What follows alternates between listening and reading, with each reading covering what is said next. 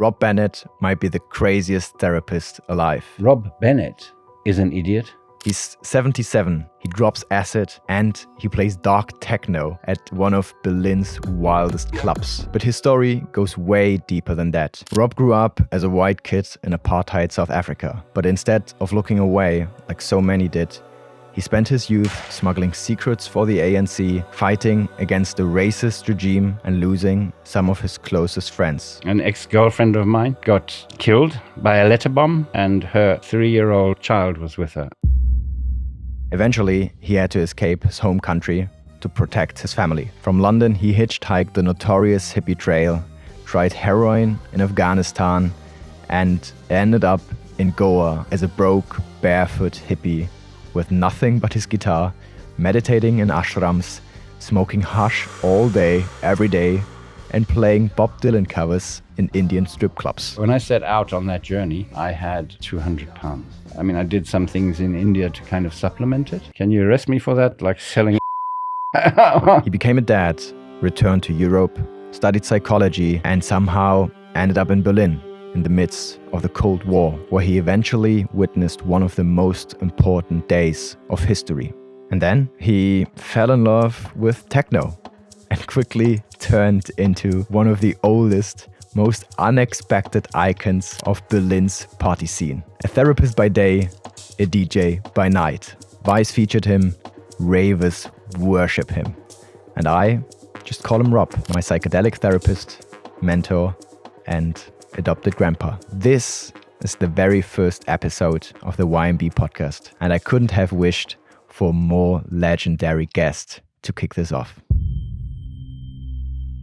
Let's dive right into there, Rob, because I'm very interested in your life story. I know you grew up in South Africa during the time of the apartheid. Can you tell me what it was like back then? No. It's impossible to tell anybody what it was like, but you can imagine but I can tell you what I experienced back then. For me, if focusing on the growing up in that time, at that time, of really disgusting apartheid and everything that meant, I was aware of it when I was very young. My parents, thank goodness, were very much anti-apartheid and believed in human rights, of which there were none in Apartheid South Africa for black people. And I was aware of it. I think I started becoming aware of it when I was 2.5 or 3. When are you born? I was born in 1949, in February 1949. In Cape Town? No, in a little mining town near Johannesburg, which is very close now to what they call the cradle of humanity, where they found lots of old fossils of ancient hominins, all kinds. And that's why they call it the cradle of humanity. It's one of the cradles of humanity. And yeah, my father was a miner, gold miner, and we lived on that mining town close to Johannesburg, about 30 k's or something. Yeah, northwest of Joburg. Yeah, and I moved very often when I was young. And that was a thing that really was very deeply impressed my childhood, was this moving all the time. I moved 11 times in the first 9 years of my life. Some of them were quite short, just one of them was just across the road into a new house, but most of them were quite far. And so I lost my friends and changed schools and all that kind of stuff, which also was difficult for me in my childhood. But for me, by far the most difficult thing was dealing with the iniquitous political system in the country. And that was made clear to me by my parents, I think, because I think the reason I became aware of it so young was because there was like a dark cloud hanging over the house when there was another election. I think the next election after the one that before I was born was in 1952, was the one after I was born, where the Nationalist Party came back into power. I think they came back into power then, and it looked like that meant that their reign was not ending, and they could go ahead and do all the introduce apartheid, and that made my parents very depressed. Yeah. And then you grew up with this awareness of injustice. Yes. And you told me that you became kind of like an activist against apartheid in your youth. Yes. How did you? What did you do? How were you being active in those times? It was kind of pretty much influenced by my family because they were active. My mother was in an organization called the Black Sash, which was all women against apartheid who held silent protests, and they all wore black sashes as a kind of, suggesting that they were feeling the sadness or grieving about the political system in the country. My father was he was active in local politics and finally became mayor of Sandton, which is a satellite town outside Johannesburg, for the Progressive Party, which was one of the left-wing parties, one of the only left-wing party that was actually allowed outside of within normal politics. And my brother-in-law and sister, I have two sisters, they were much older than me, and they were already married when I was young. When I was 11, the first one got married, and her husband was also very active. So they kind of influenced me, and I was helping out with things that they were doing until I became, about 15 or 15 and a half. Need to say that I was very lucky that my father took me to see a talk by Nelson Mandela before he was put in prison. I think that was when I was about 10 or 11. So I was really pleased about that and felt I really had the feeling this is historical. I'm experiencing something really historical. And that was really cool. And that kind of gave me the impetus to try and see if I could do anything, if I could be involved some way, in a very small way. Obviously, I was very young, actively for the ANC. Mm-hmm. And then I found out through a couple of friends, some contacts with the ANC, which was by that time, then I was about 16, I think, 17, when I started. Can't remember exactly. It was a band organization, and I could have been put in prison for working for them, but I was doing very, very little. I was really, I could call it a letterbox. Mm-hmm. I was getting letters, which then I was not allowed to open them, and I had to post them onto another address, and everything was kept from me secret. So if I got caught, I could not. It was the cell's function. I don't know if you know about it, like that they used against the Nazis and so on, the resistance against the Nazis, where you only know one other person and you work with them. Mm-hmm. Yeah. So that you can't, if you get caught and tortured, you don't tell all the names of everybody so that they catch everybody. Yeah. So it's kind of the same thing. And all I was doing was really just passing messages. Mm-hmm. Yeah. Sometimes in other forms, sometimes in coded forms, which I didn't understand, but mainly in form of letters, where I just took the letter out of the envelope. There was another envelope inside it, and all I had to do was put a stamp on it and post it. Yeah, that was how little I was doing. Yeah. But you still had to escape at one point. Yeah, but that was after I started going to university. I went to the University of Witwatersrand in Johannesburg and studied psychology there. And then when I started going there, it was 1967 and 68. And 68 was a year of protests all over the world. Here in Germany, there were very big protests. In France, the students protested so extremely that they nearly overthrew the government. In America, there were really heavy-duty protests where students got shot and killed, Kent State and so on. And of course, the civil rights movement was really active in the States. And we kind of jumped on the bandwagon, because we were protesting against apartheid. So I was very active in the student union. And I was doing much more then, but that was organizing protests for the student union.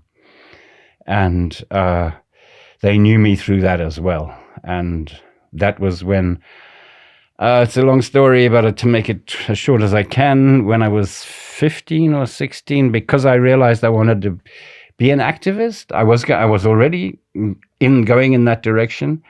My father was born in England. So because he was born in England, I was able to get a British passport. And I thought it would be clever of me to get a British passport, which made it impossible for me to get a South African passport because they didn't allow dual nationality. And my father was very much against it, but he signed the papers and he allowed me to get a British passport because I told him, well, if I don't, I'm going to get put in prison here. I'm going to be an activist, and I'm not going to be a peaceful activist like you. I'm going to go on the barricades and, maybe even work for Incontro Sizwe, the armed wing of the ANC, where I would be fighting, which I was thinking of doing. And so he said, okay, get a British passport. It will protect you, which it did. And then at one university protest, I was arrested because I got violent towards the police. And then they called me I said, when they arrested me, you can't hold me, I'm a British citizen. And they realized, okay, tread carefully. But then they called me into the office before they let me go. And they said, if you don't leave the country, something will happen to you.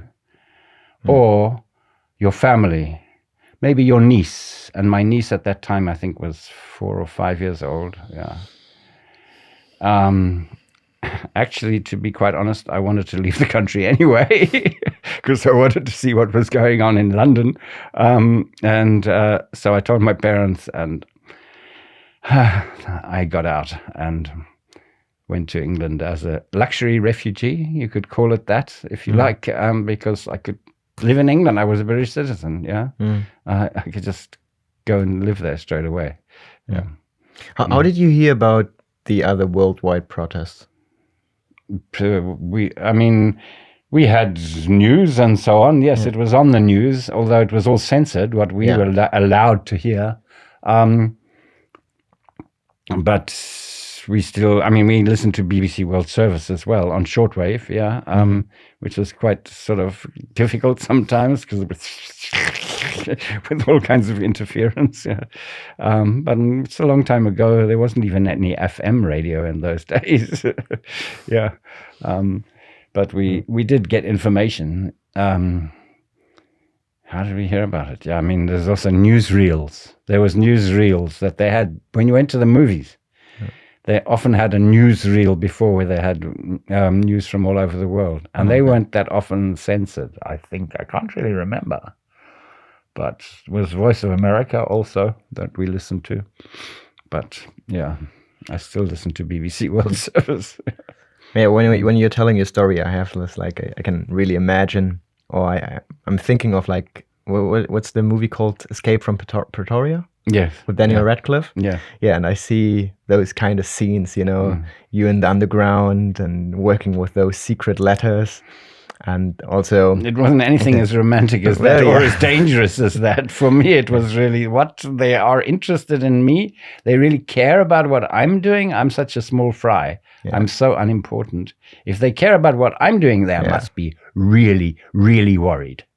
Yeah. It's ridiculous. Yeah. Because didn't you tell me that you had friends who actually got into serious problems? I had friends who got killed. Yeah. An ex-girlfriend of mine got killed by a letter bomb, and her 3-year-old child was with her, and they both got killed. They were working in Luanda. It was a lot later, long after I left the country. I left in 1969. I can't remember when. Jenny Curtis was her name. The letter bomb was actually for her husband, as far as I know, but she was also active. And the Bureau of State Security boss sent it to Luanda, where she was working and living with her husband, and got Jenny and her child instead of Neville. Neville Curtis was his name. Yeah. Wow. And there were other people. There were quite a few others that I knew that were killed, both whites and blacks. Yeah. Yeah, it's so surreal to hear those stories in like nowadays. But yeah, the same things going on now in of course, Russia, in all over the world. In America, the same things going on. People are being penalized for their political views. Let's stick with your journey. You then went to the UK, Yes. and from then on, like eventually, you ended up in India. I remember you told me. But what was that journey like from South Africa to Great Britain, and then how did you end up in India? I went to England, and I could call myself already a hippie. I was very much influenced by the hippie movement, and of course, part of the hippie movement was being left-wing and against all kinds of political repression, and very much in favor of human rights, and against war generally, the Vietnam War. If you were American, we also had protests against the Vietnam War in England, which I took part in. And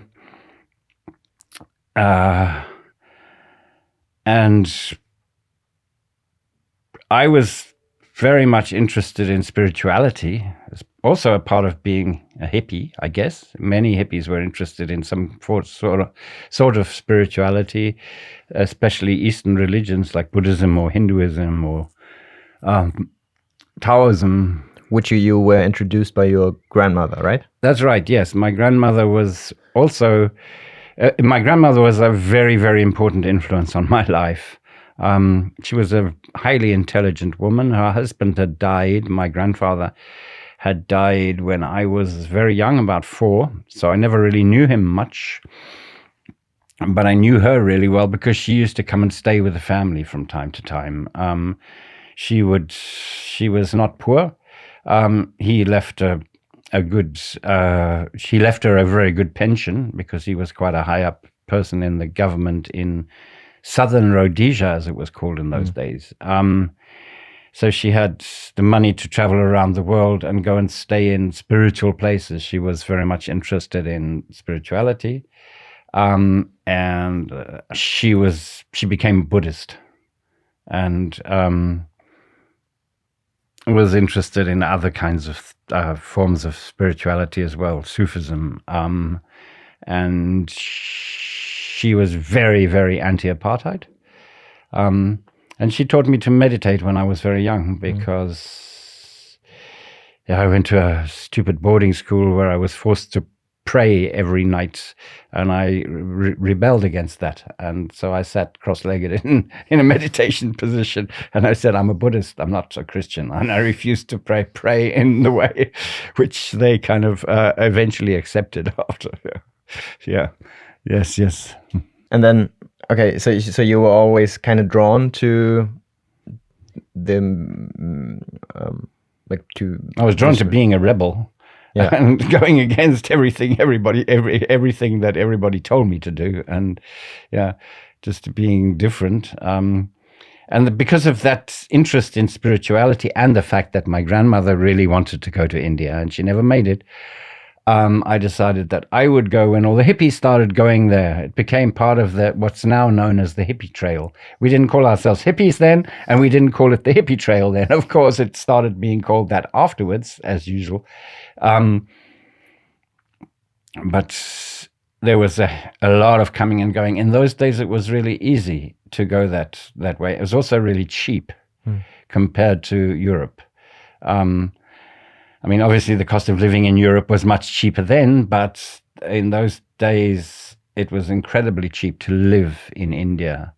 And people went there overland. I was fascinated by going that distance, 9,000 miles overland here, all the way, and coming back overland as well. And you hitchhiked all the way? No, I didn't hitchhike all the way. I hitchhiked through Europe until I got to Athens, and got the best hitching ride in my life. Probably one of the best hitching rides that anybody's ever had. From Split in Yugoslavia. It was still Yugoslavia in those days. I think it was Split, yes. From there to Athens. And it was two Italians who picked me up, and they had a caravan. They were towing a caravan. I had a guitar. I play guitar and play music. And I stayed with them for 2 weeks. And they gave me food all the time, and I could sleep in the caravan every night, and all I had to do was play music for them. And they really liked my music. And it takes, if you drive straight from Split to Athens, I don't know how long it takes. But it's a lot less than 2 weeks. But they were wandering all over the place, looking at all kinds of things, stopping and not traveling very far each day, and the whole of northern Greece and so on, and what's now Montenegro and all these places, all the way down to Athens. And then I left them in Athens and got on a boat and just looked on a map, and what's the closest island, Greek island, to India that I could find on the map, and it seemed to be Rhodos. So I went there, stayed there had a love affair and fell in love with somebody, but she wasn't going to India, unfortunately.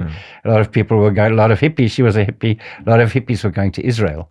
And she was American Jewish, and so she was going to Israel to go work on a kibbutz. She tried to persuade me to go with her. Why did some hippies go to Israel? Why did they go to Israel? Because they wanted to go and work on kibbutzes. On what? A kibbutz. What's that? It's a farming community. Okay. I think that's the right way of describing it. Not exactly sure. Yeah. In Israel, yeah. And that was there was a thing back then. Yes. Okay. Yeah, a lot of, particularly the Jewish hippies, and there were a lot of them from America, tended to go to Israel, or they went to Israel and then they went to India or something like that.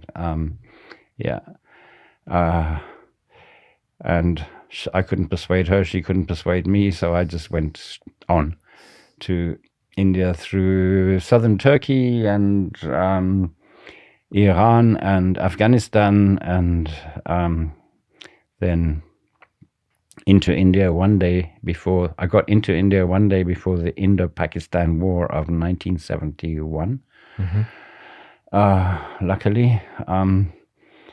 And headed straight for Goa as fast as I could. Not because I really wanted to, but because I wanted to get out of the way of the war. Although you had the best cannabis in Afghanistan, right? Did you tell me about that? Yeah, best hashish. Yeah. The best hashish. Amazing hashish. In those days, long before the Russians and before the Taliban, of course, the Taliban didn't exist. They were not heard of, as far as I know. It was a major hash producing country, and I don't think they produced much heroin at all.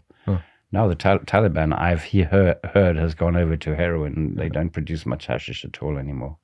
But Afghanistan had really, really good hashish. I did stay quite a long time. I stayed a bit too long in Afghanistan because it was not only because of the hashish, but also the fascinating country. It's absolutely fascinating country. Yeah. How come?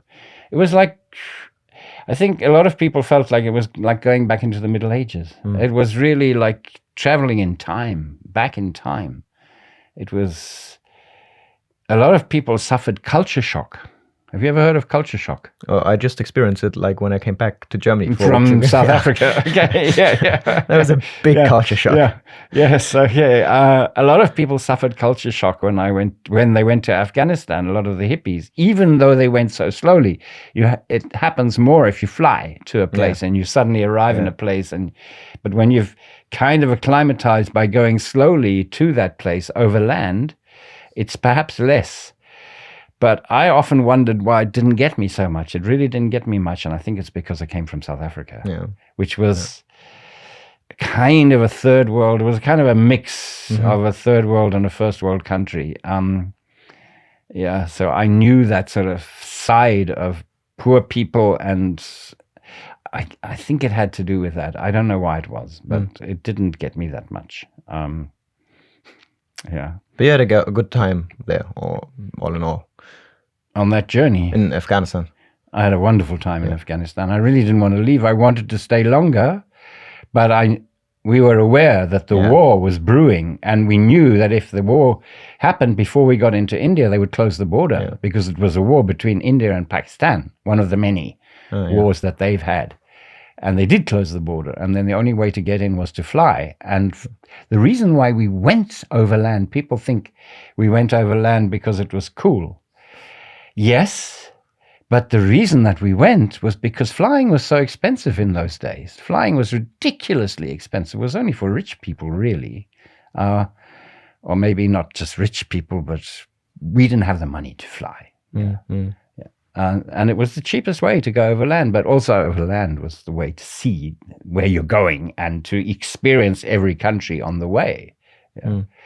Coming back to your question about hitchhiking, no, I hitchhiked to Athens, and then after that, I kind of hitchhiked from Rhodes to Tehran because I met an English doctor who actually was present when Jimi Hendrix was delivered into hospital, and he wrote the death certificate for Jimi Hendrix.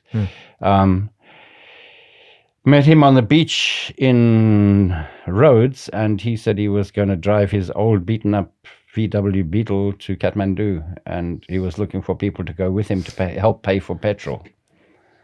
So I decided to go with him, with another friend that I'd also met there.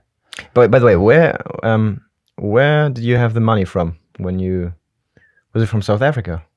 The money that I had, my parents had given me some money as a present for a birthday and Christmas or something, and I'd been working in England, but I only had a ridiculously small amount of money. I had, when I set out on that journey, I had about £200. Oh, wow. And with that, I made it last. I just made it last. Yeah. I mean, I did some things in India to kind of supplement it. Can you arrest me for that now if I talk about it, like selling LSD in Goa? That's too far away. On the way back, bringing hash from Afghanistan and selling it on the beach in Mykonos, a Greek island. Yeah. And with that, we managed to fly from Athens back to London, me and a pregnant woman who I got pregnant there. And all in all, I was away for 2.5 years or something like that. On the way there, it took 4 months to get there, but that was with a long stop, with a love affair on the beach in Pathos in Rhodos, before I went on my way to direction of India, and she went on her way to Israel. And then also a month in Afghanistan also. So it was 4 months. 5 months, 4 months, something like that, How long did you stay in India? In India, I stayed 2 years. Wow. Well, why? Because I loved it. I never wanted to leave. I never wanted to leave that place. I just adored it. I felt so at home there. I found it so amazing, and I kind of changed. I spent time in Goa smoking chillums of really good Afghani hashish from morning until night, playing music, meeting lovely people, including lovely women, and just having an absolutely hedonistic time. And then we used to say, the hippies who lived in Goa, used to say, shall we go back to India? Because for us, Goa wasn't India. It also was a Portuguese protectorate or whatever it's called. It was a kind of Portuguese colony. Portuguese had quite a lot of colonies, Mozambique, Angola, Brazil. And it was one that they had in India. So it was a bit different. It was a lot of Christians living there from the Portuguese Catholic time. And we used to say, shall we go back to India? Because living on the beach in Goa in those houses that we rented from the locals, you couldn't really call that India. And then we used to head back to places in India, and I always headed for ashrams. The guru I just heard of or something, and I went to the ashrams and I lived in the ashrams, no drugs, totally clean, getting up at 4 o'clock or 5:30 in the morning, or latest 5:30 in the morning, doing yoga and meditation, and working on tea plantations or pineapple fields, or because the ashrams often they offered you free stay, at least the ones I went to. Offered you a free stay if you worked for them and worked like in agriculture, mostly agriculture, picking tea, looking after the pineapples in Kerala. And it was one guru that I really felt attracted to. His name was Nataraja Guru. And he had a series of what he called gurukulas. They were ashrams with a different name.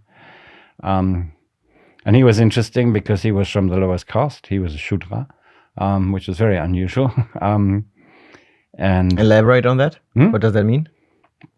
In India, the Hindus have a caste system, and the Brahmins are the highest caste. The Kshatriyas, I can never pronounce it correctly, are the next class. They're the warrior class. The Brahmins are the priest class, if you like. I think I'm right.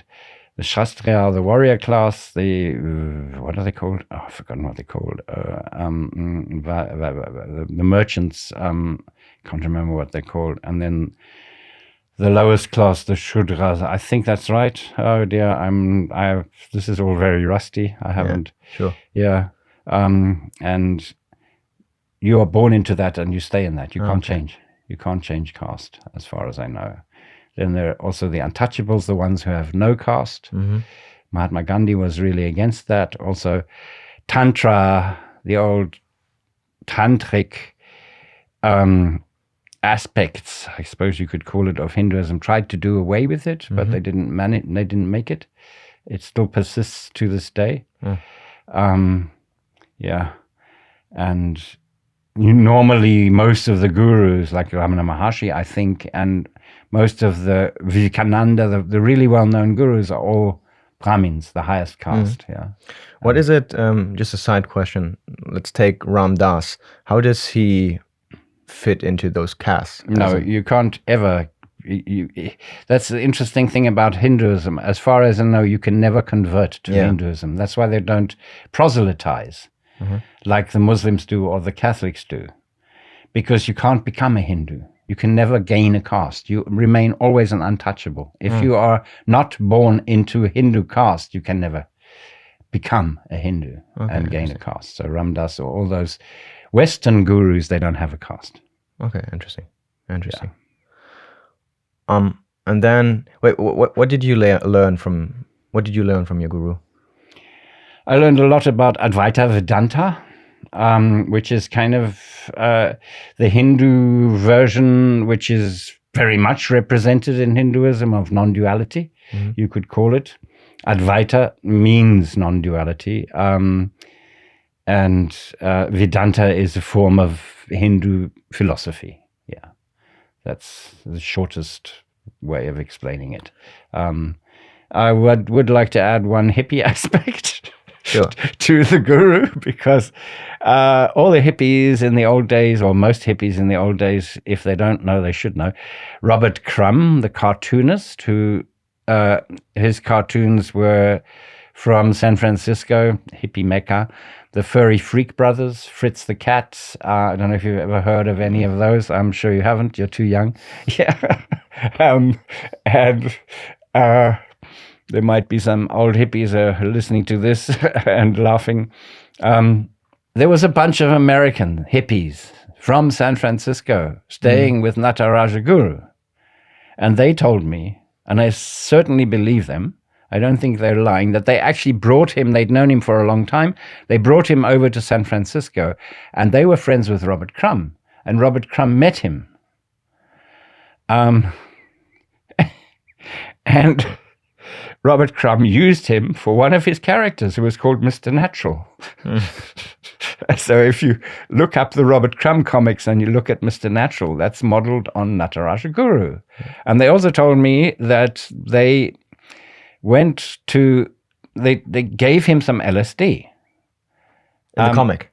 No, in real life. The Guru. Yeah. They gave the real Guru some LSD because he was interested. He wanted to know what it was about, because they said it was something that put you into this state of non-duality where you could feel, if circumstances were attuned to that, you could experience what enlightenment was, perhaps, if you like. You could say something like that, right? Without meditating for decades. Yeah. Instantly, unless you had a bad trip or something. Yeah, okay, if things went well for you. And he said that he really enjoyed it. They took him down to the bay. They took him down to a beach somewhere, to the bay. And he said, when I was at the beach with them, I felt like I could walk over the water on LSD, but I didn't want to make an exhibition of myself. I love that story. Yeah. That's what the people said who were traveling with the Guru. No, that's what the Guru said. Okay. That's what the Guru said of his experience of LSD. That he thought he could walk over the water. He was sure he could walk on the water, but he didn't want to make an exhibition of himself. Speaking of which, do you remember your first psychedelic journey? Yes, very well. Yeah. You'd like to tell us about it? Yeah. Okay, my first psychedelic journey was a bit unfortunate. I didn't know much about it. Before I tell you that, I should actually tell you, referring to my grandmother again, my grandmother desperately wanted to take LSD. She was and she asked me to find her some in South Africa, but I couldn't find any. Wait, so you're, how old was she back then? Like your 60-year-old grandma asked you for some LSD back in 1965. Okay. Yeah, she was more than 60. She was about getting on 70. Okay, yeah. just to clarify the setting. Yeah, I mean, the reason that she asked me for LSD is also interesting. It's because one of her greatest heroes, who was Aldous Huxley, was very, very much in favor of LSD, and he took it quite often himself. In fact, when he was dying, he asked his wife to give him 1,000 mics. Oh, wow. And he went out on 1,000 mics. I think that's right. Maybe it's a bit exaggerated. I don't know. Read up, but it's something like that. Yeah. And he definitely died on LSD. There's no question about that. It didn't kill him. It made his dying, he said, much easier. Yeah. Was he sick? Yeah, he was dying. I can't remember what. He was old. Yeah.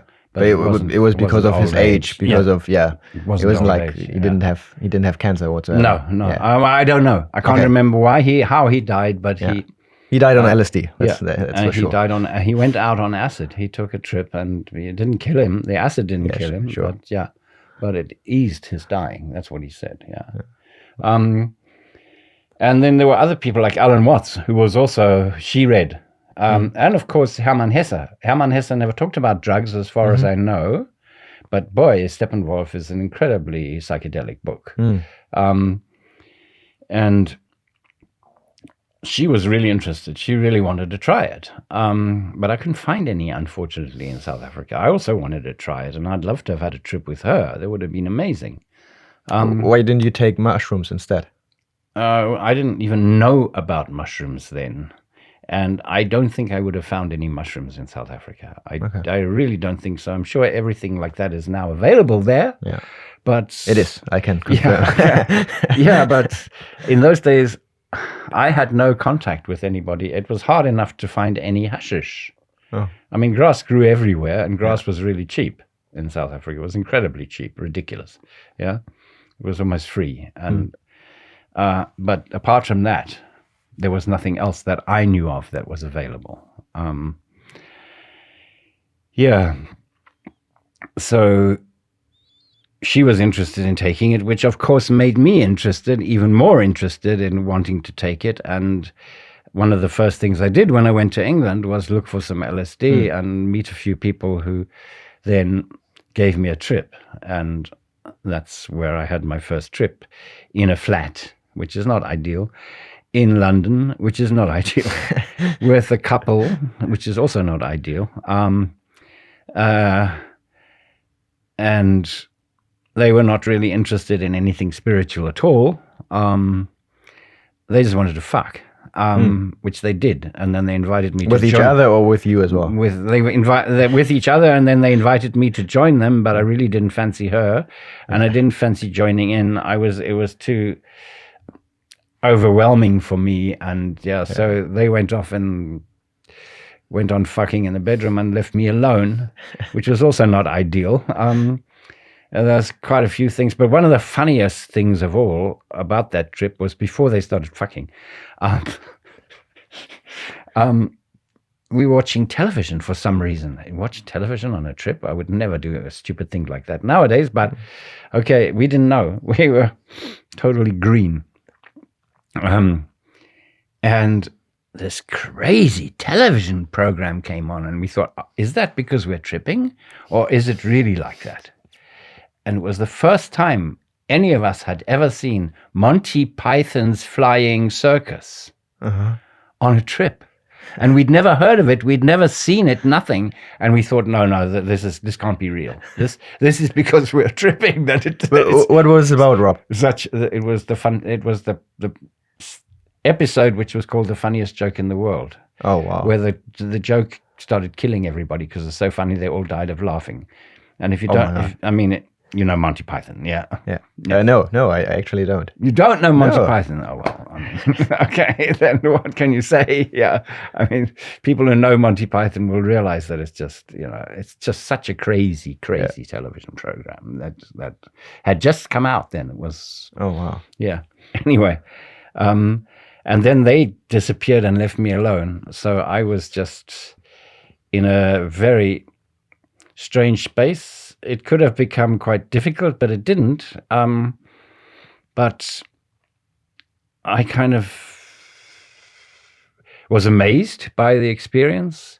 It left me feeling very, very much like I want to do this again. I want to experience this, but in a different situation, with people that I know better and with people who I feel closer to, and with some kind of view to some spiritual experience.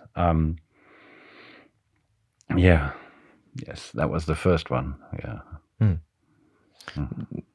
What did you take away from this journey? The potency of this amazing experience, and how it could open doors which were amazing and extremely stimulate the perception in many, many directions. I had a feeling that I could see through the floor into the flat below. And it was so strong that I asked the woman whose flat it was that I was living in, if she knew the people who lived below, so I could go and have a look and see if I'd seen what was really there. And she did. And she arranged for me to go in there and have a look, and it was exactly as I'd... While you were tripping or afterwards? No. Yeah. Weeks afterwards, yeah. Wow. Yeah. But I still had... I made a sketch of kind of just a vague sketch. I didn't see very clearly downstairs, but I had a feeling I could see the main pieces of furniture and stuff downstairs. And I went and checked it out with her, because she knew the people, and it was all right. Yeah. It was all true. That's surreal. Yeah. How close did you come to enlightenment, in quotation marks, or like the experiences you made on psychedelics while you were living in the ashrams? I never took psychedelics while I was living in ashrams. No, I mean, like the experiences you made on psychedelics. Like we often compare psychedelics with meditation. Like decades of practicing meditations, you get into like similar brain waves, and that's my question. Did you experience anything alike while you were living in the ashram, like meditating all day long? I wasn't meditating all day long. No. I was working a lot of the day. Okay. And stuff like that. I know what you're driving at. I know what you're suggesting. And I think that, yes, I did, definitely. And I've been doing yoga. I did yoga this morning. I do yoga nearly every day. And I get to similar states, definitely. I do experience similar states on both. And I must throw in here that I think people who say that psychedelics that it's not a real way, that psychedelics are somehow inferior to decades of meditation, I'm sorry, but I consider that bullshit. It doesn't, the door leads to a room, and that room is the same whichever door you use. It doesn't make any difference. And because it's the quick way, and because you didn't spend 20 years meditating, it makes it less valuable. Bullshit. Yeah, that is such a judgmental, stupid thing to say. Maybe not less valuable, but less sustainable. Would you agree? Oh, yes. Yeah. It's less sustainable. If you take acid and you feel like you're enlightened for 8 hours, and then you come down and you feel really shitty, and you have an argument with your girlfriend and hit her or something, of course it's not sustainable. No, I'm not saying it's sustainable. I'm just saying that that as a possibility to reach a state of enlightenment, which some people I think possibly do, if you can. I don't really believe in enlightenment, but there's another that's a complex story. One. I think people like Ram Dass, who says that he reached it, it helped him to reach it, but not only, and also LSD. What did LSD tell me? LSD is one of my greatest teachers. It really taught me so much. I'm incredibly thankful to her. She's a woman for me. She's a female energy. I am incredibly grateful that I was able to take LSD, and that I was also able to take it in a conscious way. So I never took it too often. And after that time, there was another couple of times where I did it in a silly way.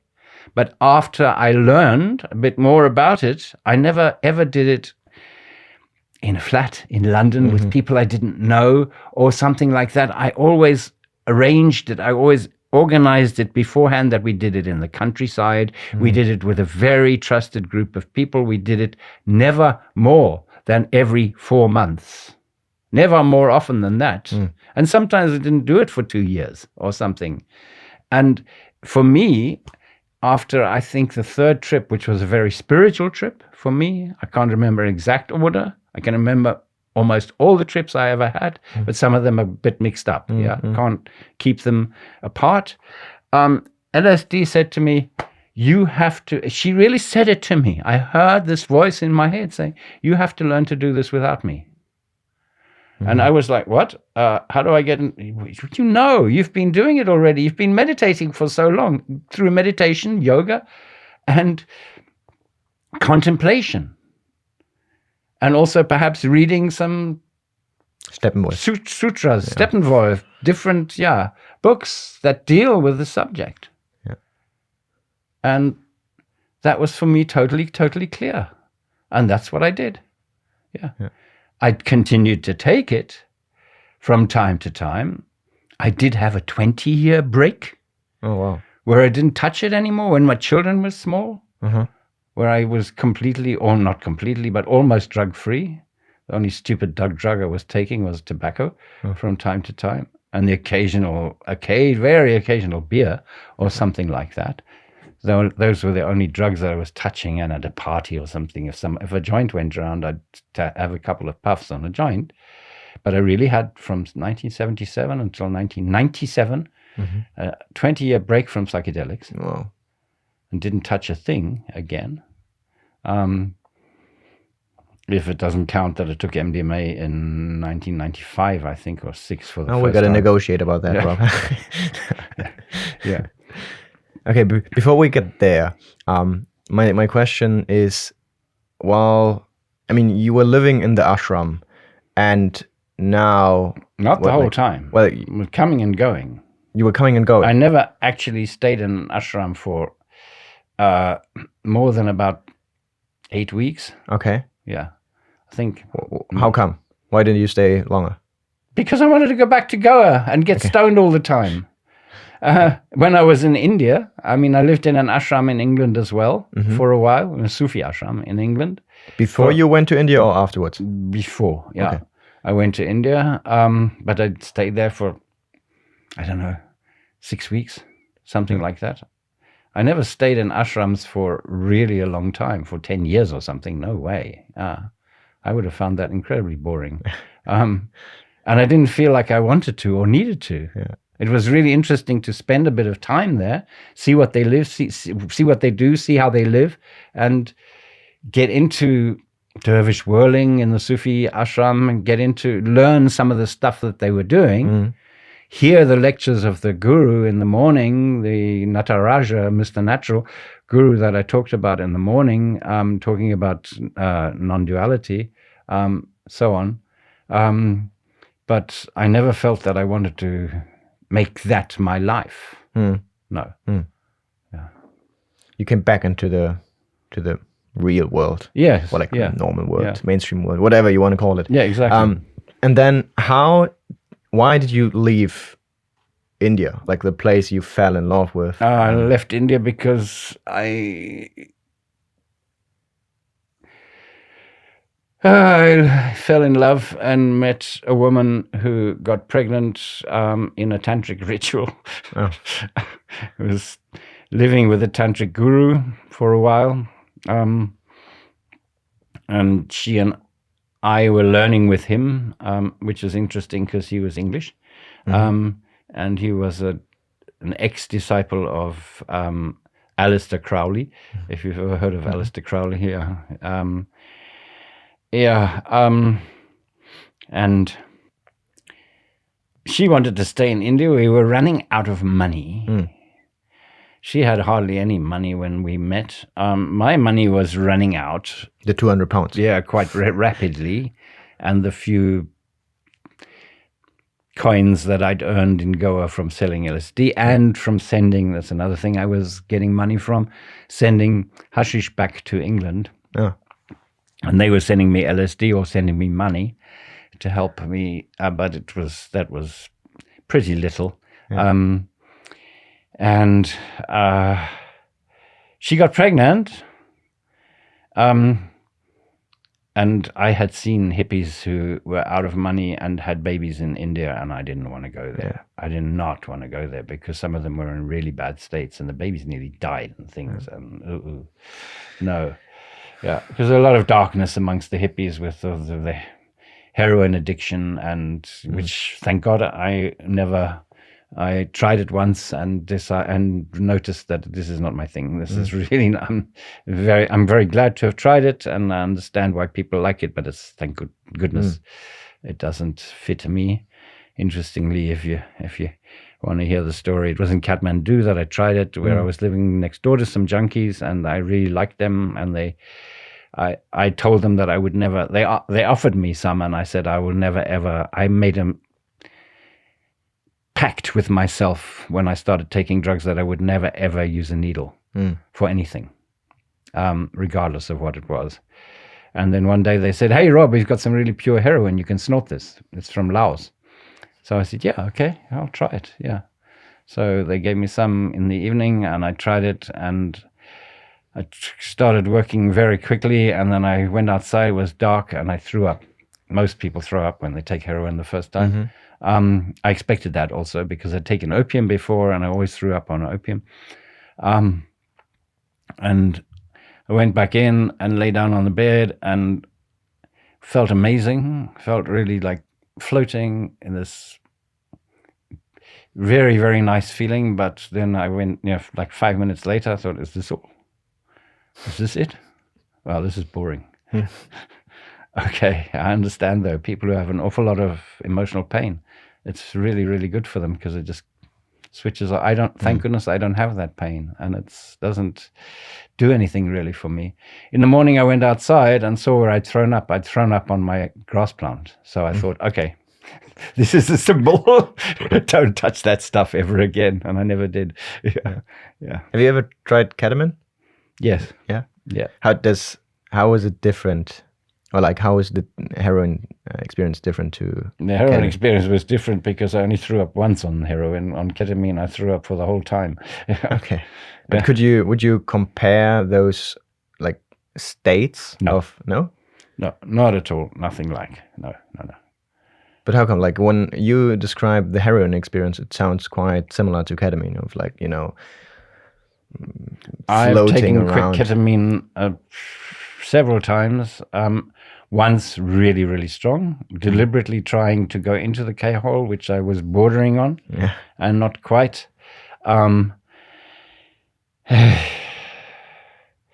Yeah, but that experience got ruined by throwing up. Yeah, so much. Yeah. The ketamine experience. Yeah. Okay. Yeah. Okay. Mm.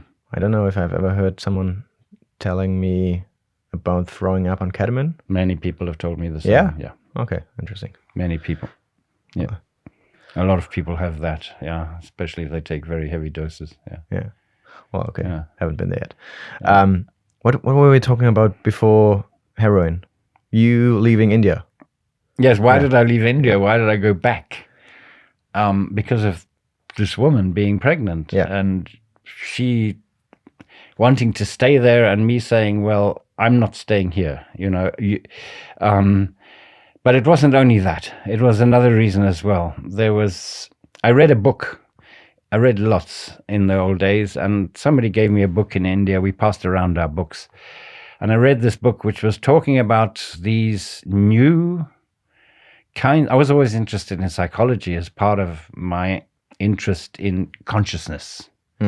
That's what's been one of my main interests in life. That's why I took psychedelics and why I studied psychology and so on. And I read this book about these new kind of movements that were going on, called the growth movement, and these places called retreat centers, which I'd never heard of before. They actually weren't called retreat centers in those days. They were called something different. What were they called? I can't remember. Esalen was one of them, one of the most famous. And these places where they were trying out new forms of therapy and ways of looking at people and just trying different forms of consciousness and so on. And I found this really interesting. And I felt like after the time I'd been there, nearly a full 2 years being in India, that I had enough. Also, I was losing a lot of weight because I kept getting sick, like many, many people. I kept getting dysentery and having problems with my stomach. And I was very thin in those days, and I thought, it's probably time to go back. Otherwise, I might die here or something. I wanted to go back and learn something about these new forms of therapy and that were happening in the West. And possibly go to America, where it was very much centered with humanistic psychology and so on. And so that was another reason. So finally I managed to persuade her, and we went overland. Back to England. In the direction of England, yes. Yeah. And as I said already, we took some hashish with us from Afghanistan and smuggled it through the Iranian border, where the penalty for possession of hashish was death. I think it was, how much was it? It was about nearly 1.5 kilos or something. Oh, wow. Yeah.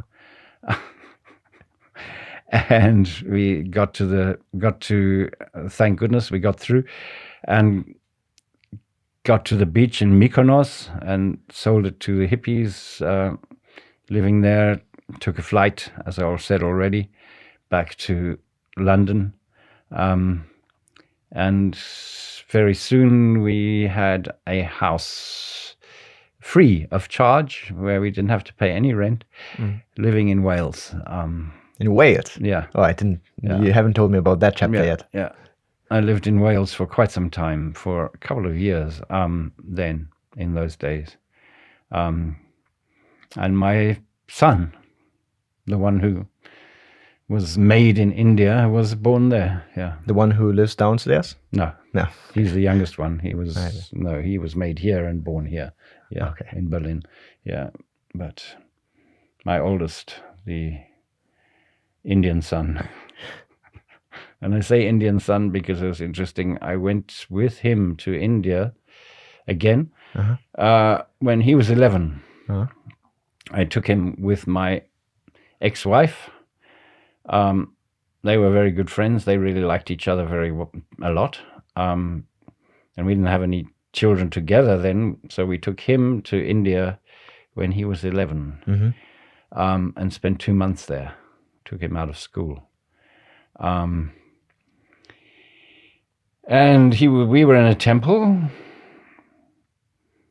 hanging out, doing puja, and this Indian man came up to him very politely and said, "May I read your palm?" And he said, "Yes, please. Yeah, sure." He was quite excited. And the Indian man looked at his hand and said, "Huh? You're an Indian soul. Why?" And he said, "I was made in India." Oh, wow. And the man said, "Oh, that explains it." Oh, fascinating. Yeah. Right, and then, so you were living, did you marry that woman? Yeah. Yeah? So you were living in Wales with your first child and your first wife. Not wife, she stayed girlfriend, yeah, but never mind. Okay. Yeah. But wait. His mother, yes. Yeah. The one who was in India with me. Yeah. Okay. Fiona, yeah.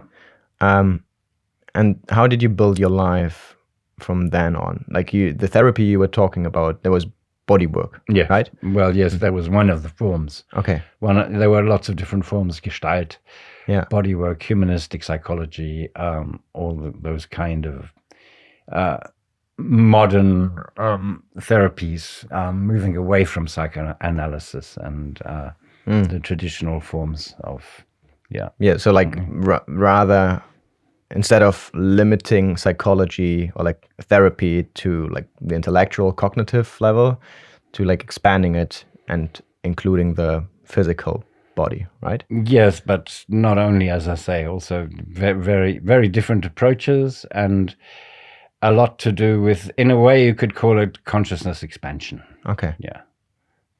Where did you do the training? The training I did in London. As I say, I was living in Wales with her, and we lived there for quite some time until my son was about 3, I think, as far as I remember. And then she and I both decided we wanted to learn something. We'd been living in the country, and I'd been doing odd jobs, working on farms and just working on building sites and so on, just a kind of laborer. Enjoying it, and we had actually very great luck in that we had 2 of the best summers that England ever had when we were living there, and we ended up living on a house, beautiful house, right next to the beach. It was kind of a dream. But then we decided we wanted to go back to England to learn. Back to England. Wales is not England, and to London to learn something. And she wanted to go and become a teacher. Using an alternative method. We were hippies, so we wanted to always do alternatives. I wanted to become a therapist using an alternative method. And the method I chose was bodywork because I'd already been doing yoga a lot. I'd been learning yoga in India and meditation, and that was really a very important part of my life. I was already doing yoga every day there, and I wanted to deepen my knowledge of yoga and deepen my knowledge of psychology and become an alternative therapist. Okay. London, and nowadays you live here in Berlin, Kreuzberg. How did you end up here? eventually. This is not Kreuzberg. This is Neukölln. Oh, my apologies. It doesn't matter. It's a strange little bit of Neukölln that moves up into Kreuzberg. The other side of the road, Cottbusser is Kreuzberg. Yeah. Okay. How did you end up in Berlin, Neukölln? That woman that I was talking about that I went to India with, my ex-wife, she used to live in Berlin before. She's not from Berlin, but she used to live in Berlin before she went to London. We met in London when I was doing my training there. And the institute that I was doing the body therapy training in. Yeah. And she... Yeah, then then we had a little excursion. I said I wanted to go to America, which I did. I went to California. I was kind of like a bit late, but sort of a pilgrimage to San Francisco. To the hippie epicenter. Yeah, the hippie center in a way.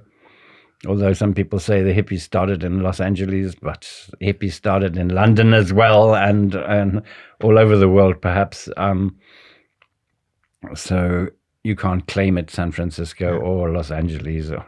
But when did you go? Beginning of the 80s.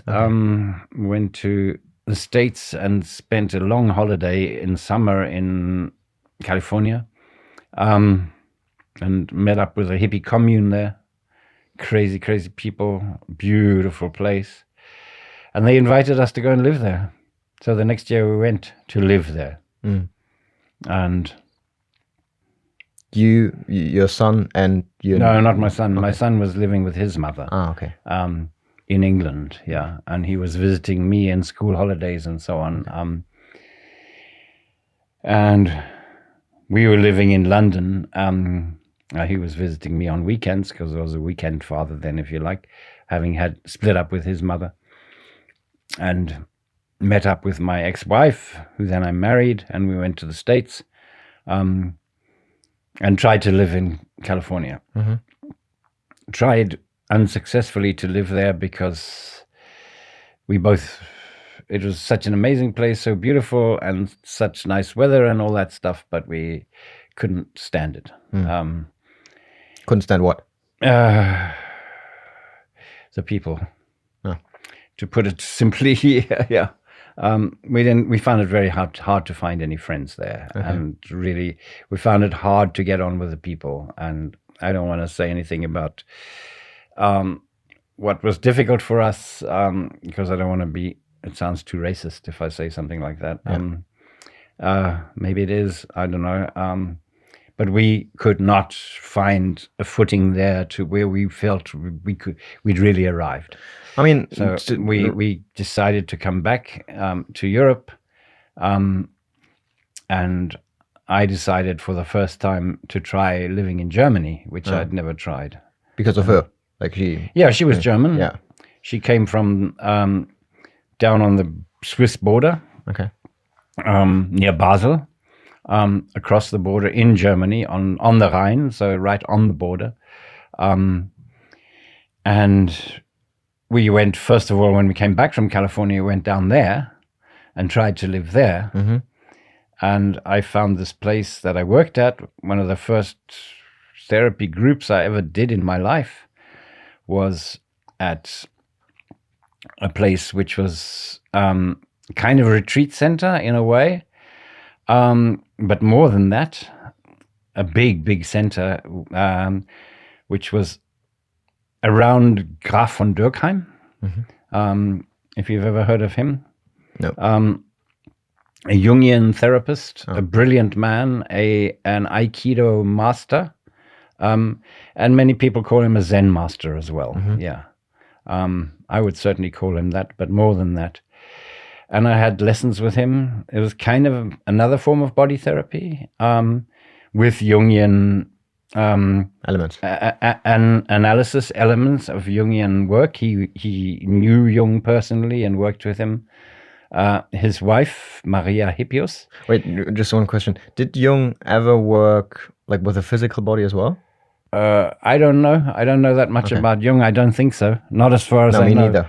No, but I don't think so. But Durkheim definitely did. He was, as I say, he was an Aikido master. And Aikido is a Japanese. It's a martial art. Yeah. It's one of the most, for me, one of the most interesting. Not that I've ever learned any of them in any details, in any depth, but it's one of the most interesting because it's a non-aggressive one as far as I know. It's where you use the opponent's energy against himself, that you turn the energy, you learn to turn the energy around that the person is using against you so that he kind of falls on the ground and hurts himself instead of you actually, that's limited knowledge about it. Okay. And his wife, Maria Hippius, she was working with art therapy, with all kinds of different interesting forms of therapy, with forming clay, with closed eyes and stuff. And I found it really interesting and really helpful to live there for a while. And they gave me the opportunity of working there for a while. I must mention one other thing when I think about it. Just my dream came true when I went to California of visiting SLN. SLN, one of the best known retreat centers, as they call them nowadays, in the world, which still exists today. Founded by Michael Murphy, where Stan Groff lived for a while, where he developed holotropic breathing. And I went and lived there for some time before we left California. And really, I was invited to stay there. I could have stayed there, and I was sad that I didn't. But at the same time, I was just beginning my career as a therapist and realized that if I stayed there, people come and went, and I would never be able to follow anybody in a deep process because I would work with somebody for 2 weeks and then they'd go away again, and I'd possibly never see them again. Or maybe they'd come back in 3 years or something. And you can't really learn to be a therapist working like that. How can you have supervision with people you're seeing for 3 sessions and then you don't see them again? Which was the same thing when we moved to Rutter, small town next to Todmos in the Hochschwarzwald, where Durkheim was living.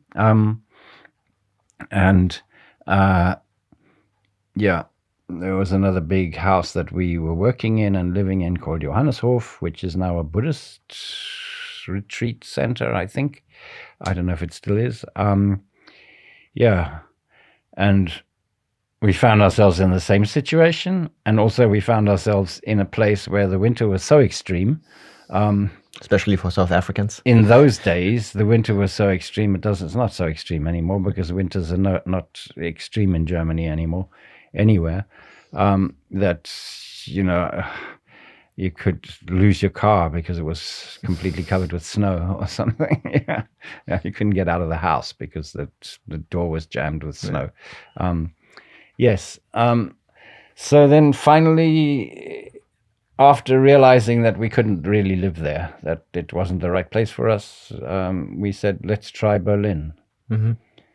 So was that before the Mauerfall or afterwards? Long before. Okay. 1980, end of 81, I think it was, 82, somewhere around there, where we'd realized in quick succession, no, not SLN and not Johanneshof Ritter, Black Forest. And then we came to Berlin. And in those days, it was really hard to find a flat in Berlin. Unlike today. Very much like today, except not nearly as expensive, but was very cheap, but impossible, just about impossible to find a flat, and not easy to find work. And we arrived, and 2 weeks later we found a flat. And suddenly we had so much work, we didn't know what to do with it. I had a waiting list for clients, and 2 full training groups. People persuaded me to do training. I said, I can't do training. I'm just starting. I've only been working for 4 years, 5 years. I'm really right at the beginning of my career. I'm still having supervision and stuff. And they said, no, we want you to do a training group. So then I organized it with bringing therapists from England and from people I knew who were much more experienced than me. And I was doing the sort of continuity groups in between, so that they would have weekends with trainers who were much more experienced than me, and the continuity groups in between, which I was running, experiential groups, which I felt capable of doing. Yeah. And everything just went like, we didn't have to do anything. Suddenly we were earning more money than I'd ever earned in my life before, and everything was just flowing. And, okay, this place seems to be the right place for us. Yeah. This Berlin seems to be right. Yeah. And when did you start working with psychedelics in your therapy? Yeah, a lot later, in the middle of the late 90s. Yeah. It was after your 20 years break. Not completely. I started before the 20-year break was really over, because but it was just people who asked me, because I was really afraid of doing it then, and worried about it, and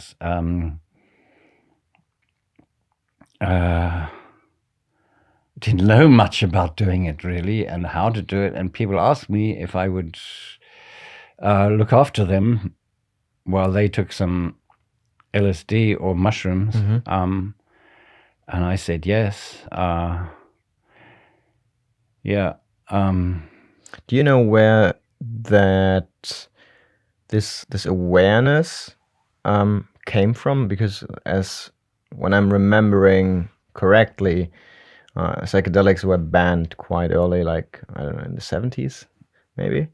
LSD became illegal, I think, in 1967 or 66. Yeah. And then, but still, like 20 years later, people were coming to you asking for trip sitting, although psychedelics have been banned for more than 20 years, and there was like no research whatsoever going on, right? In those times. Like, how did that... How did people know about that, and why did they want to do it? Do you have any ideas? I mean, in the subculture, LSD had never ever fallen out of popularity, and it fell out of the media. So people thought it was gone, but it wasn't. Not at all. It was still around, and people were glad that it fell out of the media. And one of the things that I think, that I'm not alone in thinking this, quite a few people thought that one of the reasons so many people had bad trips, there were more than one reason why so many people had bad trips back in the early days, in the 60s, 70s. One reason was certainly that LSD was far more highly dosed in those days. Normally, a kind of normal dose would be 300 micrograms. 300, you'd say? Yes. That would be a normal dose.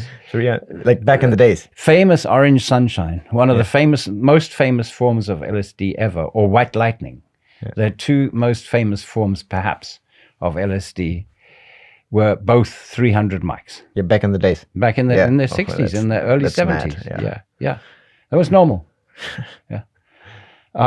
So you give some kid who's never really had any very strong experience before, who's maybe a girl who weighs, I don't know, very little, maybe 45 kilos or something, some kind of dose like that, and it's going to blow her mind completely, Tripping for days. Yes.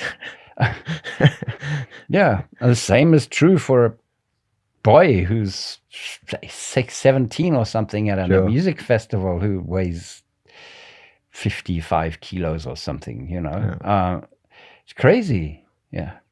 That was one reason for sure.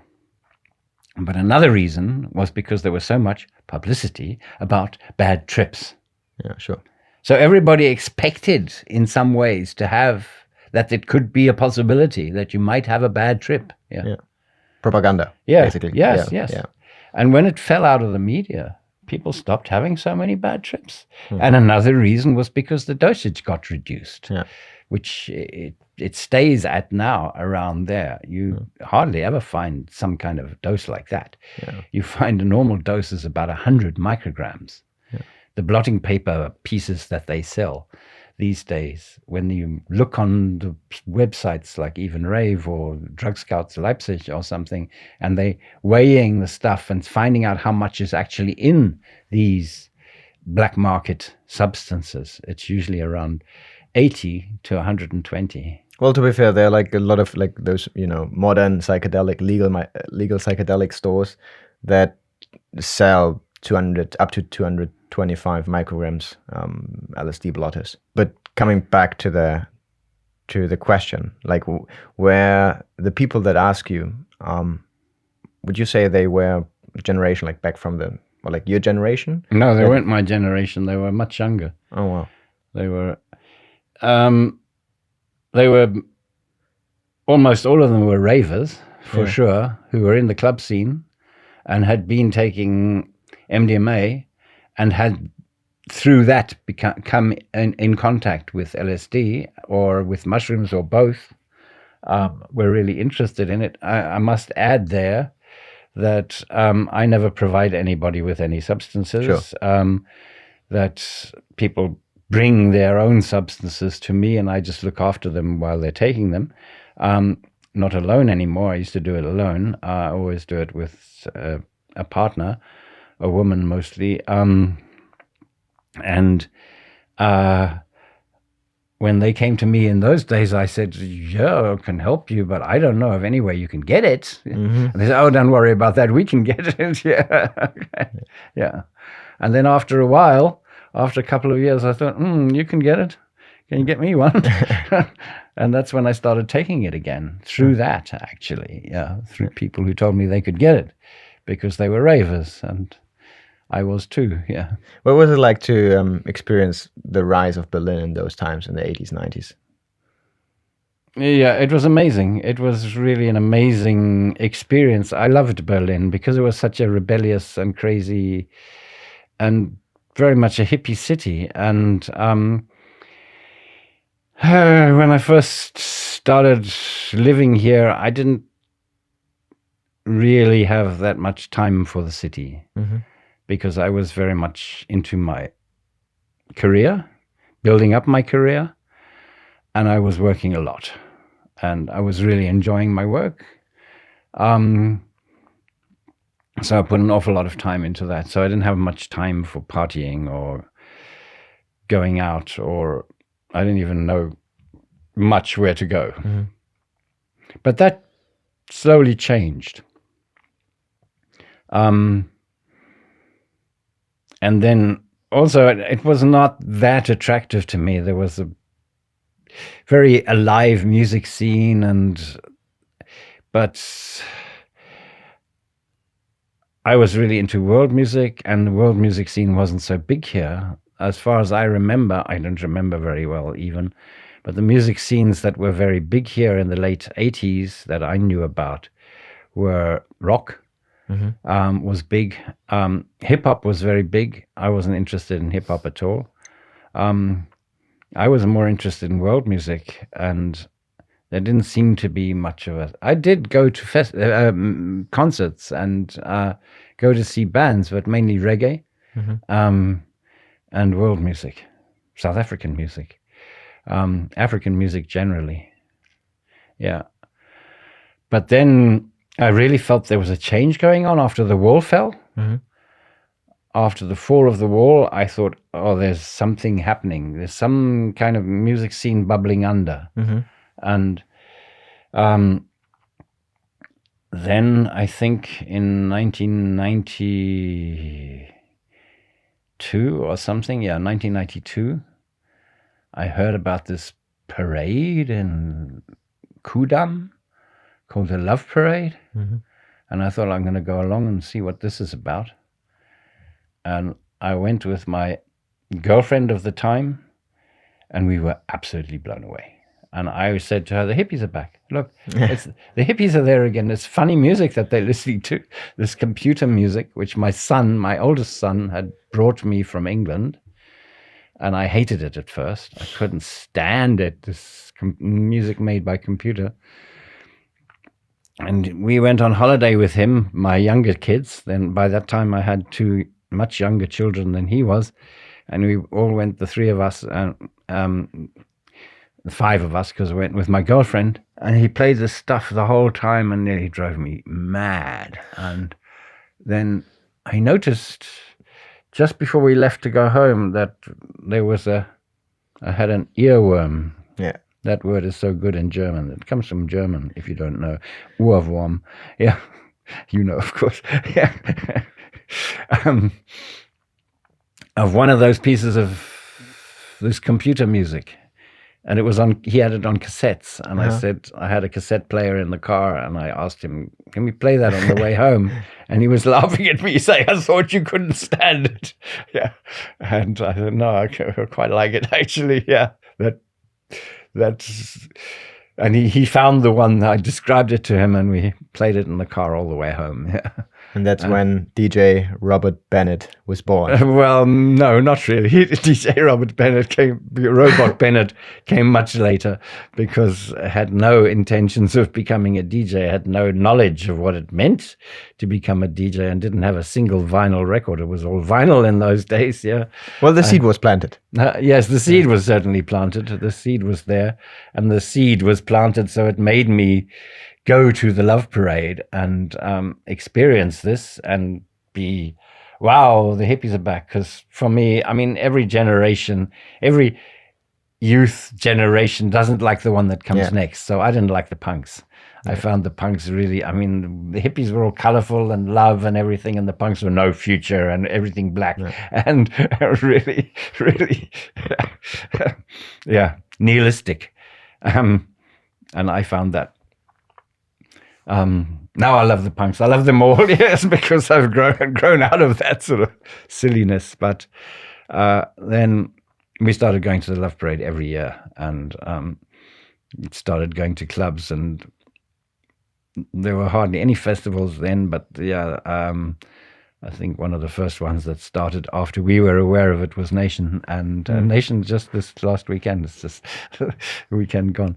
Yeah. And I started to go as much as possible. I just adored it, and didn't take many drugs at all. Just smoked a bit of weed or hashish or something for years and years and years. Didn't even really know. And then my son, the one who turned me on to the music, also gave me a couple of pills of ecstasy, and my girlfriend and I were too shy to go to a club and take them in a club, because we wanted to see what would happen. So we took them at home. And we had a wonderful time. We adored it. It was amazing. It almost always is for everybody's first experience. Yeah. Yeah. And then we started taking them in clubs. But once again, I managed, but I was older. I was a lot older already. And I think that experience helped me never to take it too often, to just behave in a way which is sensible and conscious. Yeah. How did MDMA influence your life long term? Well, that's a good question, actually. I think MDMA influenced my life almost as much as LSD in a way. It opened things up for me, which I think I became much softer, much more aware, and I had problems all my life, which I have done a lot of therapy. Being a therapist, I had to do my own therapy, and I did years and years and years of therapy with many different people, and in many different ways, in groups, in all kinds of different circumstances. And so I know a lot about my demons and my shadows and so on. And a hell of a lot of it's got to do with South Africa and the Cold War. Yeah. The fact that I always thought that it was going to be our last breath because there was going to be a nuclear war and we were going to all be destroyed. Yeah. And that was very much on the cards in those days. The Bay of Pigs happened when I was in puberty. The Bay of Pigs, you know? No, okay. That was the closest the world ever came to nuclear war. When the Russians were stationing nuclear missiles in Cuba. And President Kennedy told them to remove them or else he would go to war. Yeah. And it came very, very, very close. It was the closest thing that was public. There were a couple of other things that we found out about afterwards that weren't so public. Yeah, where nearly also by mistake, nearly. Yeah. But we were expecting it. There were books written about it. There was movies about it all the time. People were talking about it. You know, this is... In South Africa, we'll last a bit longer. It'll take a while longer to get here, but it'll get here. Yeah, we're all going to die. Yeah, at some stage. And I think I know that really influenced me tremendously. So I suffered from depression. Also having friends of mine killed in apartheid South Africa, all those things caused me to really suffer from depression. Not only that, it was also to do with my family, also to do with the general things that people have in families. I was never, thank goodness, sexually abused or physically abused, really. My father did beat me a few times, but that was all quite... Yes, it affected me as well, but MDMA helped me to heal from that in a very, very deep way. So did LSD. So did mushrooms. I haven't spoken much about mushrooms. For me, mushrooms became a big thing when I was living in Wales because I learned to find them myself, and they were growing there quite the a cow lot. shit. Huh? No, those are cubensis. Cubensis don't grow in psilocybin cubensis grow in Mexico. Okay. On cow shit. They don't grow in Europe. Those are semilanciata, psilocybin semilanciata, the liberty caps, the magic mushrooms, the ones with a little pimple on the top. Interestingly enough, if you look in a child's book of fairy stories, the two mushrooms you see are the two psychedelic ones.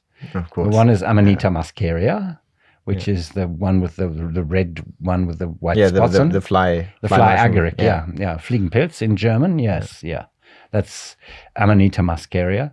And the other one you see in fairy stories is the little tiny one with a little pimple on the top, with a bell-shaped cap. Those are the psilocybin, semilanciata. And we used to gather them in large quantities in autumn in Wales, where the farmers always would tell us that the cows and the sheep were going mad at that time of year because the winter's coming. But we knew it wasn't because of that. It was because they were eating the mushrooms in the fields, because they were all mixed in with the grass. They couldn't help but eat them. And we used to gather them in large quantities and make tea with them, which after I found out when I read that book up there, which is Paul Stammert's book on psilocybin mushrooms of the world, and I was terribly upset because it said in there that you should never heat psilocin, which is one of the active compound of psilocybin mushroom, should never heat it above 60 degrees because it gets destroyed. I thought, we wasted all those mushrooms. Well, I mean, we still had a really good trip from them. And then I read a bit further and I came to semilanciata, and Paul Stammet said in semilanciata you can make tea because there is no psilocin. It's only psilocybin, and psilocybin doesn't react to boiling. It doesn't get destroyed by boiling. So somehow or other, the mushrooms kind of got inside us and made sure that we didn't actually destroy them in any way at all, because it's totally fine. It's the best way to take it, actually, in a tea. Yeah, but that was a really fun time of my life when I lived in Wales. I also lived in Cornwall for a while. Oh, wow. And they grow in Cornwall as well. Very, lucky you. Yeah. It's amazing to be able to pick them yourself and have some amazing experiences with them. Yeah. I'll tell you one experience. Tell me. I was looking after a friend's house in Wales, living with the mother of my first child, who I met in India, and she was in our house, looking after our house, and I moved to the friend's house and was looking after their house while they were away and feeding their cats and stuff. And I knew there were a lot of mushrooms growing around their place. So I decided, I'm going to have a trip. I'm alone here. It's full moon. It's a great time to have a trip, and these wonderful cats that I'm looking after and everything. So I was roaming around the fields, and I thought, no, I'm not going to make a tea. I'm not even going to pick them. I'm going to eat them straight from the ground. Oh, wow. So every time I found one, I put my mouth down and just ate it straight from the ground. And I ate about, the normal amount was about 50. Yeah. I think I ate about that. I don't know how many exactly. I didn't really count. Wait, like 50 grams or 50? No, 50 mushrooms. Okay, Yeah. They're not that strong. So 50 is quite a strong trip. It's probably about the equivalent of about 200 mics of acid. Yeah. And so then I ate these all from the ground, and then I went in a friend's garden. There was a friend, and I knew who they were. Friends of the people whose house I was looking after, and I ate 2 of their lettuces from the ground.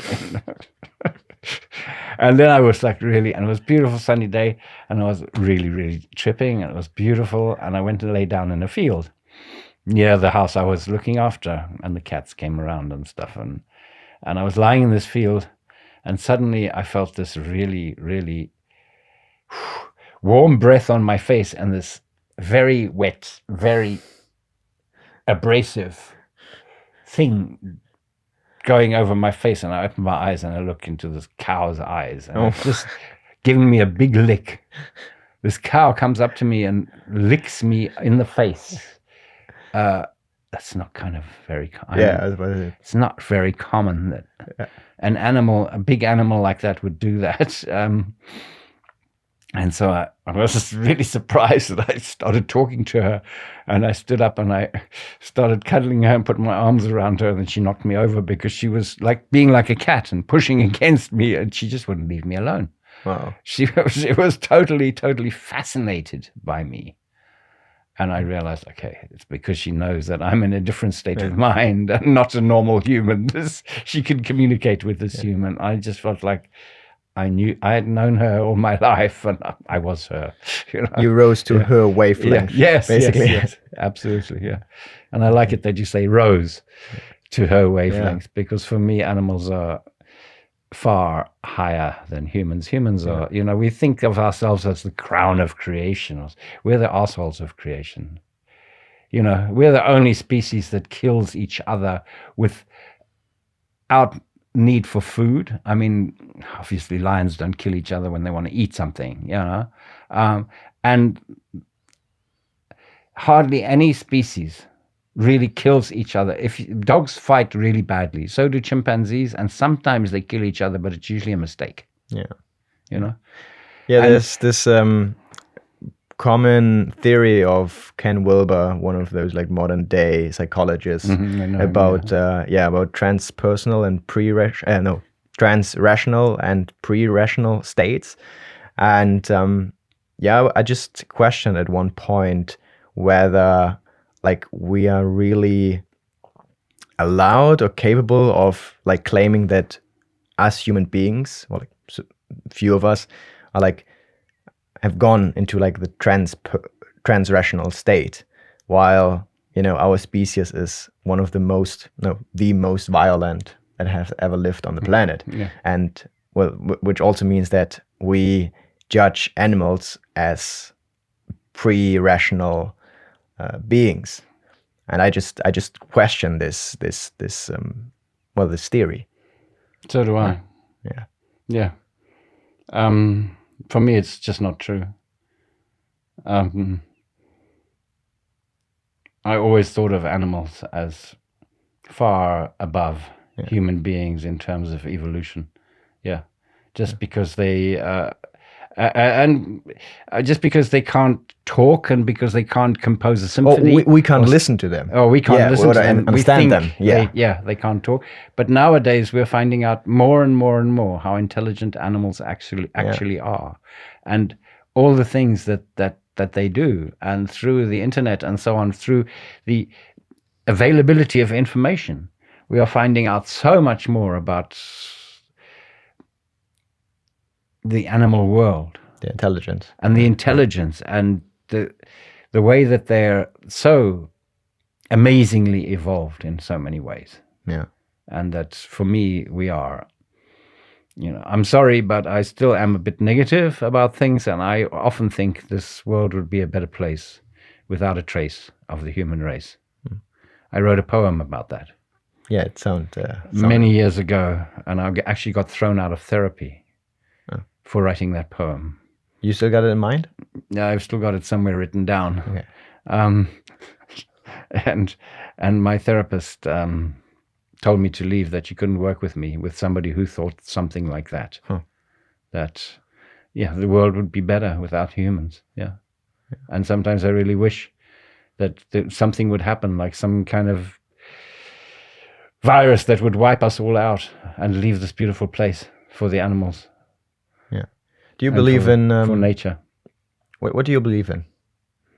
What do I believe in? Yeah. I'm asking because one could state there are people out there that would say like everything's, especially in our spiritual bubble, who would say like everything is perfect just the way it is. It's everything serves a greater good, and we are destined to live the history of human beings. Even if we get into extinction one day. But that's why I'm asking, like, what do you believe in? I do believe that everything's perfect the way it is. I very much, if you ask me what I believe in, I would say nothing. But if you ask me what I know, it's not a question of belief. What I know to be true, then I would say non-duality. I am you. I am this microphone. I am everything and I'm nothing. It's completely beyond understanding. It's something you can't explain. It's beyond any religion. It's the religion of no religion, if you like. That's the way Alan Watts puts it. Alan Watts is one of my greatest teachers. I find nothing really that I've ever heard him say or write. I've read nearly all of his books. I've listened to nearly all the talks that I find on YouTube. I don't think I've ever heard him say anything which I don't agree with, apart from some of his little bit of misinformation about psychedelics. But that wasn't his speciality. His speciality was Zen Buddhism and Taoism. And one thing that upsets me a little bit about Alan Watts is that he spends very little time on Sufism. But then he can't do everything. He was a scholar of Taoism and very, very, very experienced and well versed in Zen Buddhism. Other people like Huxley, influenced by my grandmother, of course. Other people like Graf von Durkheim, like Ramana Maharshi, other gurus as well. Nataraja Guru, the one I told you about, Mr. Natural, if you like. All these people, they all said the same thing. They all said the same thing, which is basically what I just said. I am everything and nothing. I can never die. I was never born. I am totally beyond time. But Rob Bennett is an idiot. He will die. He was born in February 1949, and he will die fairly soon, I think. And I am totally enlightened. I always was. But Rob Bennett is no way enlightened. He's a joke. he thinks that he's really a person, and he's running around in this world believing that. Yeah. And he gets all upset when he sees the terrible things that are happening in this world, because they are not terrible. It's just part of, for the sake of argument, I call her the goddess. She is definitely feminine for me, and I cannot think of God as a masculine, some idiot living in the clouds. No. For me, it's a feminine energy. How can God be feminine or masculine? Yeah, I mean, perhaps it's just a way of. Interestingly, in as far as I know, in Arabic, God is neuter. It's not masculine or feminine. Yeah, obviously it's both, and neither. It's all of these things are, what came first, the chicken or the egg? Both and neither. It's always the answer to any of these questions. And then you can say, I mean, Alan Watts puts it in a very interesting way, I think. He says that if you look into the bloodstream of the human body, there's tremendous war going on there between all the different creatures that are living in your bloodstream. And if that war wasn't going on there, you'd be dead. Mm-hmm. That war that's going on inside your body, not only in your bloodstream, in your gut, all over your body, is keeping you alive. Mm-hmm. Because those are the good germs killing the bad ones, if you like. Yes? Okay. So you're saying there's no life without war? I'm saying I don't know anything. That's the most important thing to say. But maybe, only maybe, it's similar that we are cells in a much bigger organism, and the fact that we are fighting each other is what's keeping that organism alive. You could think of it like that. I'm not saying it's like that. So, but that means we could never reach or achieve collective enlightenment. No, we could never. No. The human race can never experience peace. Probably not. I don't know, and I couldn't say anything about that. And to make any clear statement about that and say it's either this way or that way would be ridiculous. Yeah. No, I'm just trying to define your perspective. Yes, potential perspective. Yes, that is certainly. At the same time, I get very upset when I hear of, like I said about South Africa, when I hear of iniquities of how humans treat each other and how terrible humans can be towards each other. And some of the inhumanities that have gone on through the ages that are going on right now all over this world. Do you have a thesis, if I may interrupt? Because that's a question I was asking myself a lot when I was in South Africa. Faced with the huge discrepancy of like wealth and poverty. I mean, it's not only in South Africa. I've seen it in other places, but South Africa is surely a very extreme place in that regards. But what's your thesis on why you or I were born in a relatively privileged life, into a relatively privileged life, and why were we not born into, let's take the stereotype, a poor black guy living in the streets of Johannesburg?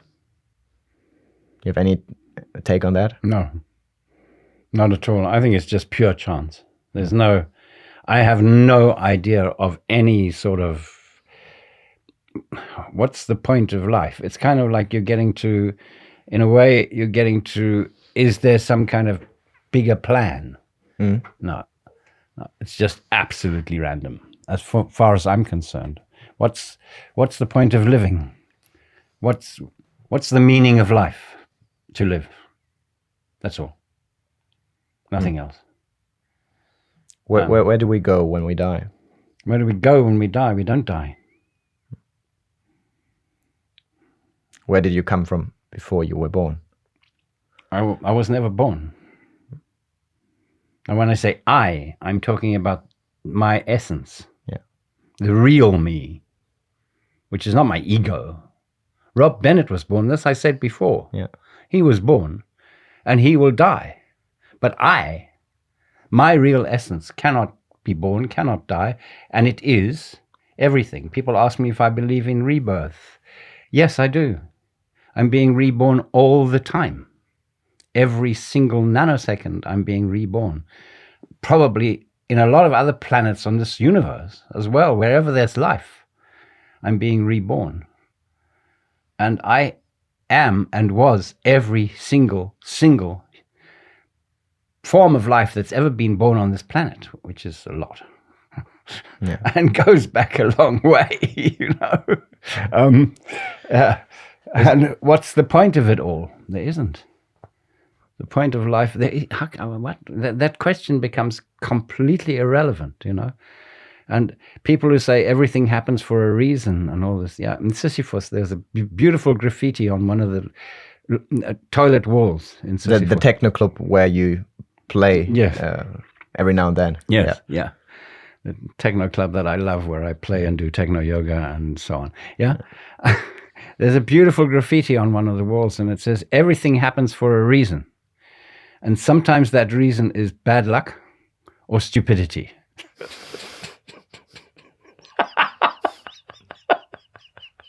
I love it. I absolutely love it. It's just, yes.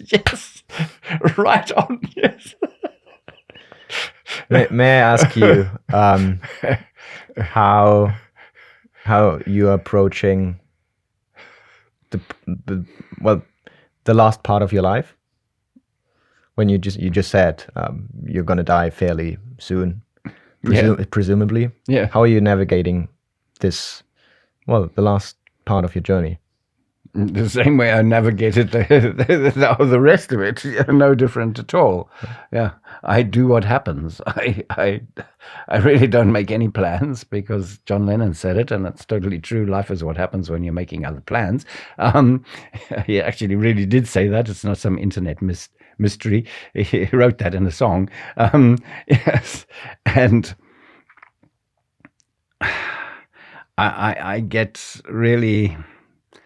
bored with people talking about all this, you know, it's your karma or it's your past life or some stuff. Yes. Yeah. I mean, yes, it's my past life. I've lived every past life that anybody's ever lived, and any other creatures too. You know, sure.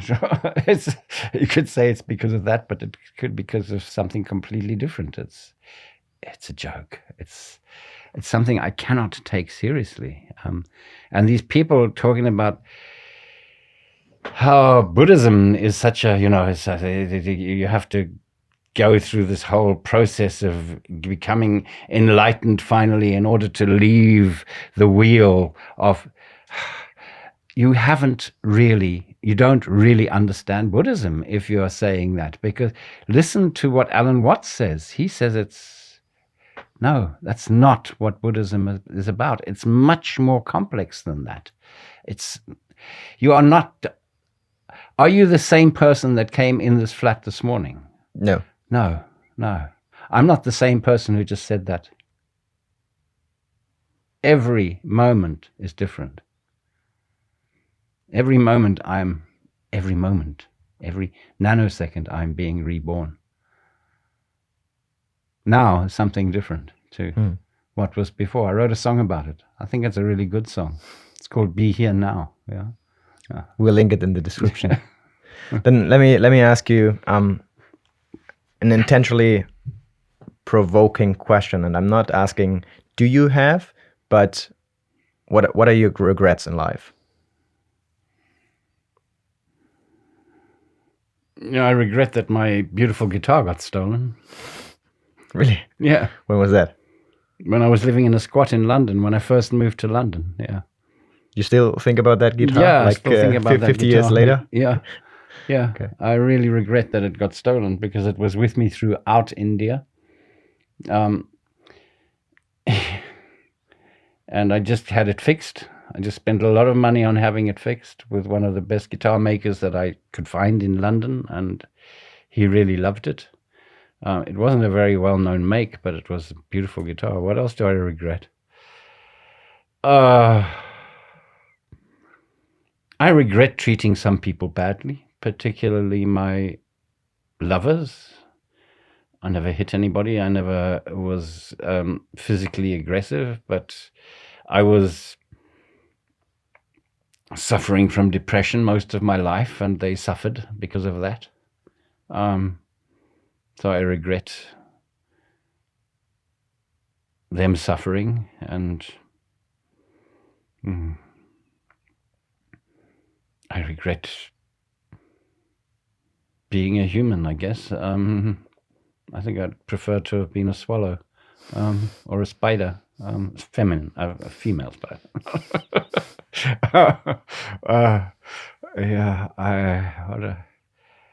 No, those are silly regrets.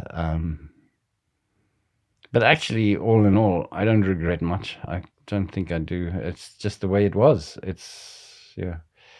I was most of my life not very aware, and fighting with myself, with my situation, and not at peace. I regret not having found peace earlier. I feel I have found peace now. Not completely, but yes, I feel like this is the most peaceful I've ever been in my life, which is one of the things I really like about being old. Yeah. The other thing I like about being old is that I feel that we are messing up this planet messing up the environment so much that I really regret having been a part of that, and feel terribly sorry for young people nowadays, having to live in this mess that we have created. Let me ask you lastly, what's your one life advice for the people out there, like on how to live a good life? If it just like one sentence, one punchline, what would it be? Don't take it all so seriously. It's a game. It's all a game. It's a play, if you like. Yeah, you play music, you play theater. Life is a play, and Shakespeare said it. Shakespeare said it brilliantly. Yeah, all the world's a stage. Life is a game. Yeah. Ladies and gentlemen, it was Robert Bennett. No, it wasn't. Not yet. It wasn't. It wasn't Robert Bennett. It was the eternal consciousness. Yes, that's just a name that they call me. I'm not that really, and neither is anybody else. Don't get confused by your name. Well, then this was the eternal consciousness, walking around with the label Robert Bennett in this very moment. I highly appreciate this opportunity with you, this conversation. I think it calls for part 2. I mean, I would have so many more questions, but I think this is a good timing to end it here. And yeah, just a big thank you, Rob. I hope you know that I really appreciate you, and I was looking forward to this opportunity to have you on my podcast as the very first guest. I think it was like I was looking forward to it for a year, and we made it happen, all in spite of all the struggles in the beginning. And I hope you enjoyed it. Thank you so much, Rob. Book him before you die. Before he dies. He doesn't die.